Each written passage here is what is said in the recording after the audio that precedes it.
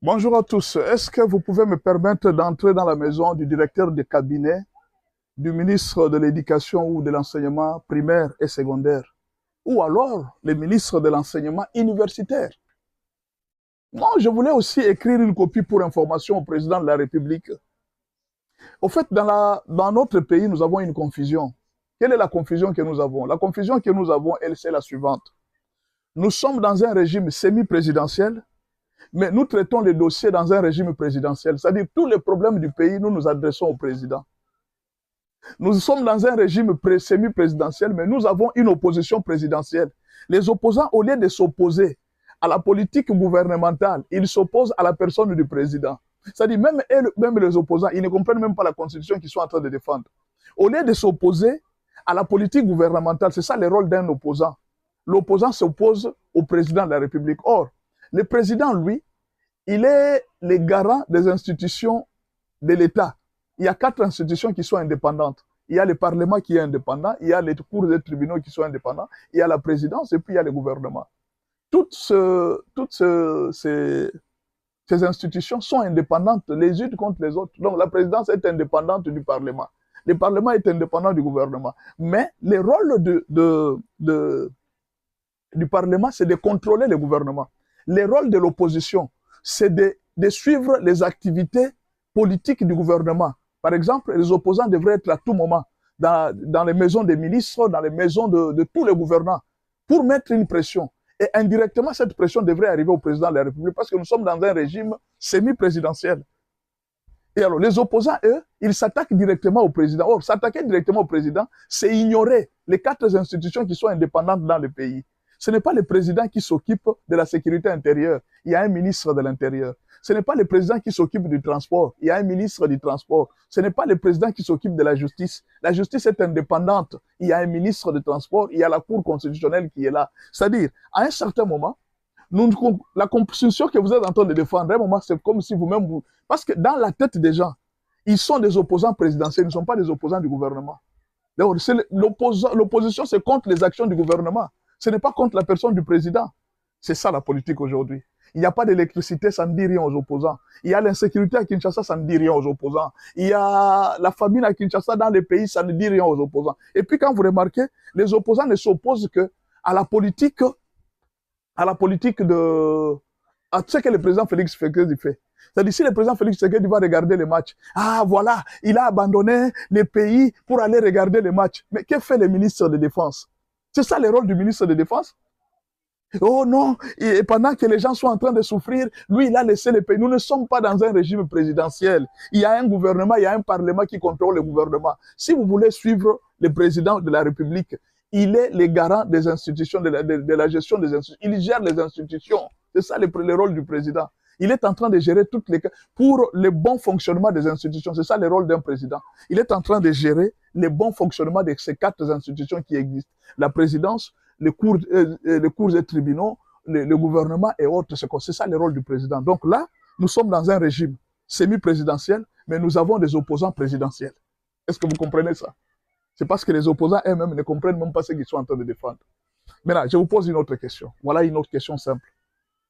Qui vote les lois du pays? La loi référendaire, qui l'a votée? D'abord, qui a proposé la loi référendaire? C'est le peuple, n'est-ce pas? Il y a eu 100 000 signatures qui a proposé les changements de la Constitution. Il y a eu une loi référendaire. N'est-ce pas? Qui devrait voter la loi référendaire? Ce sont les députés et les sénateurs. Maintenant, les opposants laissent le peuple qui a fait la pétition. Les opposants laissent les députés qui ont voté la loi. Les opposants laissent le Sénat qui a voté la loi. Les opposants s'attaquent au président directement. Deuxième question. Qui va voter pour dire non ou oui à la Constitution, pour le changement de la Constitution ou non au changement de la Constitution? C'est le peuple. Au lieu que les opposants s'attaquent au peuple pour dire au peuple que non, nous ne voulons pas que vous puissiez adopter cette loi, refuser cette loi. Non, les opposants s'attaquent au président de la République. Tu ne dois pas changer. Mais si vous êtes populaire, tel que vous le dites, mais allez dire juste au peuple qui sont derrière vous, il dit ne votez pas cette loi. C'est fini. Le peuple va vous écouter. Et le débat est terminé. Il dit comme nous sommes populaires, nous sommes derrière le peuple. Par exemple, les catholiques qui disent que nous sommes derrière le peuple. Mais c'est simple, ça devient très simple. Allez dire à ce peuple-là, le président Félix Tshisekedi vient de proposer les changements de la Constitution. Quand on va vous appeler au référendum, ne votez pas, n'acceptez pas. C'est ça l'opposition. Quelle est cette opposition qui s'acharne au président de la République? Il sort avec sa femme. Tout un président qui sort avec sa femme. Il voyage. Tout un président qui voyage. Maintenant, quand est-ce que vous allez critiquer la politique gouvernementale? Quand est-ce que vous allez critiquer les problèmes d'électricité au pays? Quel jour vous allez critiquer les défaillances du gouvernement dans la défense, par exemple, de l'Est? Pourquoi le gouvernement ne sait pas jusque-là conquérir des terres? Pourquoi vous ne pouvez pas faire aussi cette opposition? Malheureusement, même moi aussi, je suis dans les mêmes pièges. Je suis tombé dans les mêmes pièges. Nous sommes dans un régime présidentiel, semi-présidentiel. Moi aussi, je m'adresse au président comme si les ministres de l'Éducation n'existaient pas. Bon, ce n'est pas ça mon sujet. Je voudrais m'adresser au ministre de l'Éducation, au ministre de l'Enseignement, et même copie pour information au président de la République. Je vais vous lire un document que je viens de découvrir. Est-ce qu'on peut lire le document? La Chine a supprimé près de 12 200 programmes de diplômes universitaires entre 2021 et 2025. 12 200 de programmes universitaires. C'est-à-dire qu'on a supprimé 12 200 facultés dans toutes les universités de la Chine entre 2021 et 2025 pour adapter son système éducatif aux besoins de l'économie moderne. Cette vaste restructuration vise à éliminer des filières devenues obsolètes au profit des nouvelles formations centrées sur l'intelligence artificielle, la robotique et les technologies de pointe. Est-ce que vous avez suivi? Voilà un pays qui s'adapte. Les pays qui s'adaptent aux réalités du pays, aux réalités de l'économie internationale. Mais nous, là, je ne sais pas quel jour on va faire les réformes. Je ne sais pas quel jour le ministre de l'Éducation va s'élever, le ministre de l'Enseignement supérieur va s'élever pour faire aussi, pour avoir le courage de faire une réforme par rapport aux réalités actuelles. La Chine a supprimé depuis 2021, jusqu'à aujourd'hui, nous sommes en 2025, 12 200 facultés, diplômes universitaires. Ça ne va plus exister en Chine. Les détails de cette restructuration.